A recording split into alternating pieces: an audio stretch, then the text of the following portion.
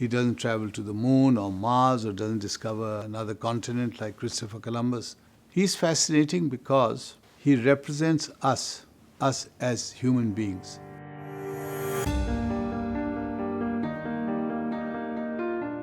Very often, students will open up their history books and they'll be told about civilization and the progress of civilization. So it goes something like this. There were the Greeks, then the Romans, and then there was the Dark Ages, 1,000 years of Dark Ages, and then we are into the Renaissance, Enlightenment, and the modern era. And I ask myself, the Dark Ages? They are in fact talking about precisely that 1,000 years of the golden age of Islam, when there's architecture and there's discovery and there's science and astronomy and incredible outbursts of intellectual activity. And it is in that context that we need to understand Ibn Battuta, to make sense of this traveler who's going to explore these continents. I've had a long career of interacting with scholarship based in fieldwork, which is exploring, seeing things, and making films, documentaries, writing up.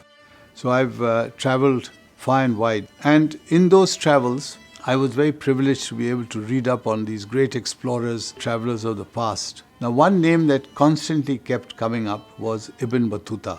And he had an incredible life. Ibn Battuta comes from a scholarly family. There are several judges, religious scholars in his family from Tangiers, the northwest part of what is now Morocco. He has a life of security ahead of him. He can become a judge like his family members. But at an early age, he's just 21, he decides to go off and perform the Hajj. Now the Hajj is the pilgrimage, the great pilgrimage which Muslims are asked to do once in a lifetime, if they can afford it. So he's going to travel across North Africa, get to Cairo, cross over into Asia, and come straight down south to Mecca. And as we are taught, the shortest distance between 2 points is a straight line. But then we are talking of Ibn Battuta, who's going to travel across North Africa, which he does, and takes off down the Nile into Central Africa. At the end there, he runs into trouble, there's a revolt and there's violence, and he turns around, comes back to Cairo, and then eventually makes the Hajj. So that's one good example of how Battuta travels. He just goes along with the flow. A journey which will take him almost 3 decades of travel. And in the meantime, he ends up by doing 5 Hajjs. He traveled over 3 continents. So he goes up to Damascus, then he travels to Baghdad, then he travels into India, then he travels into China. In the meantime, he's already been to Russia with the Mongol Khans.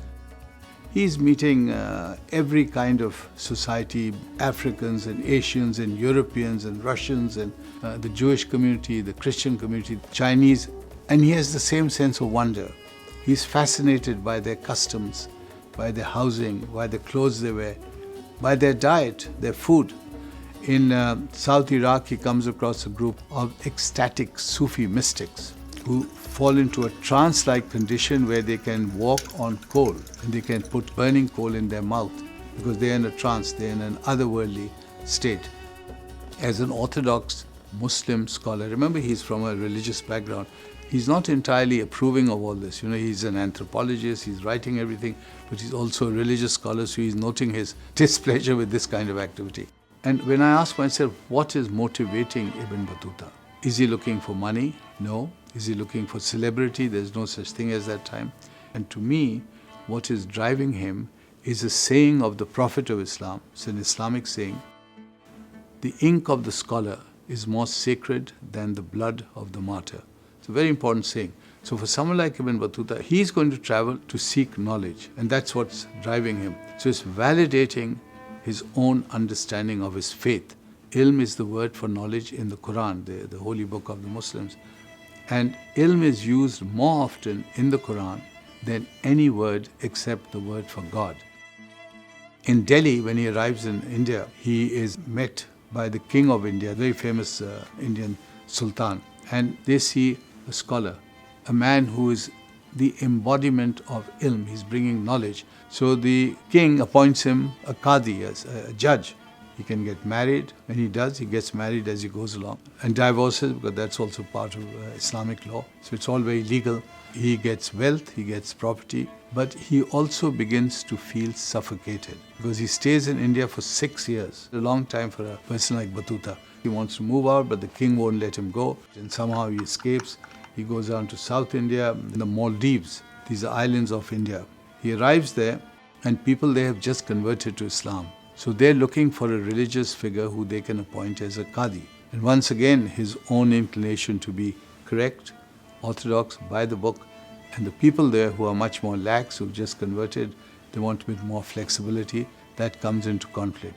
And he's almost chased out of the Maldives, and he carries on with his travels. He has a hairy escape from a very shaky boat that he takes through the Straits of Hormuz. And he begins to sense that the sailors are cooking up a rebellion against him. So remember, he's alone, he's a religious scholar, he's not quite Indiana Jones, he's just relying on logic and scholarship. He senses that it may be better to get off the boat because he may be thrown overboard. So he gets off the boat but asks one of the companions to accompany him. But the companion had a very evil intention as far as he was concerned, because he almost drowned Ibn Battuta, and then he pushed him into the desert where he almost died of thirst and hunger. So from this you see that his adventures are real. He's actually having these adventures, facing dangers, but continuing.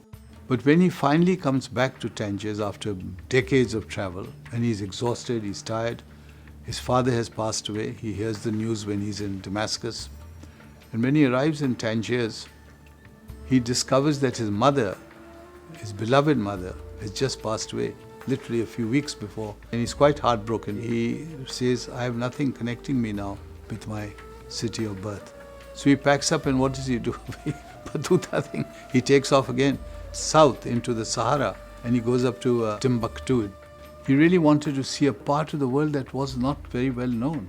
But to come down to Saharan Africa was a real challenge because of the tough journey, the shortage of water, food and so on. But a fascinating reward at the end of it, because here was a society which was unlike his own society up in the north. Those are Arabs, these are sub-Saharan Africans. They've just become Muslims, so they're bringing something new to it.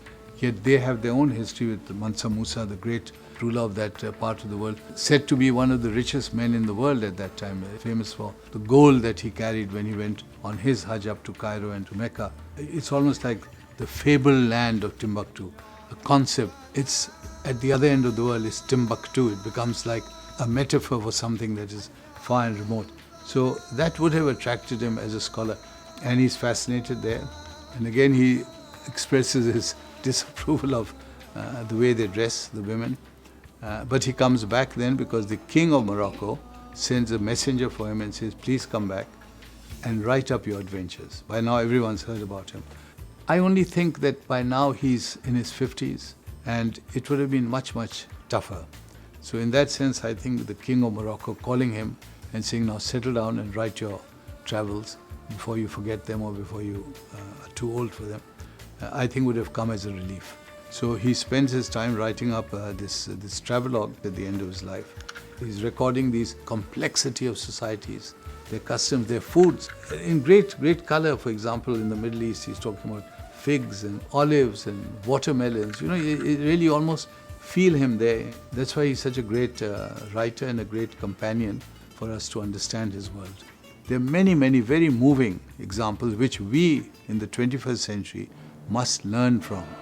For example, when he arrives in Damascus after traveling all over the Middle East and South Asia, the plague has hit that part of the world, the Black Death. Thousands are dying. Literally, he said, over 1,000 people are dying a day in Damascus.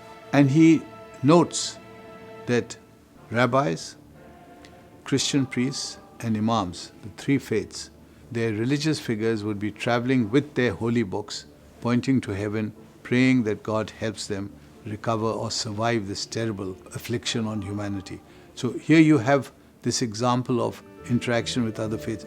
Even in China, he hears of a Taoist monk from Taoism, and he travels into the mountain to the caves where this monk is living as a recluse. So you can see that he is prepared to track down and meet any holy man in order to gain knowledge. He does not see other communities through any lens of prejudice. He is a child of the golden age of Islam.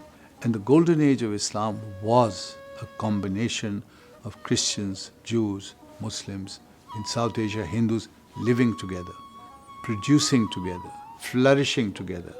Although he himself is conscious that he's a Sunni Muslim from an Orthodox family, but he's meeting the world. And the world is a creation of God. This is also very Islamic. So I'm professionally an anthropologist, and we are taught that the best anthropology is to go into a community and record everything absolutely accurately and factually. It's like taking a snapshot of a society. That's what Ibn Battuta has given us. He's taken a snapshot of the world in the 14th century. And really, I think a study of that world would, if nothing else, I think, shame us. We are living in the 21st century. We are planning to go to Mars, and we are no better than people in Battuta's time. When people live together, just imagine the image I'm giving you of rabbis and priests and imams walking with their holy books together, imploring God to help them, because there's a plague which affects everyone. The plague doesn't say, I'll only attack Jews or Christians or Muslims. It attacks everyone. So his ultimate message to me is the message of a common humanity, of the need to respect each other. And I would challenge you, read Ibn Battuta, take a copy, and go out and see the world. Don't conquer it with love, with humanity, and come back as an ambassador of your nation, your country, your culture. That's the ultimate message of Ibn Battuta.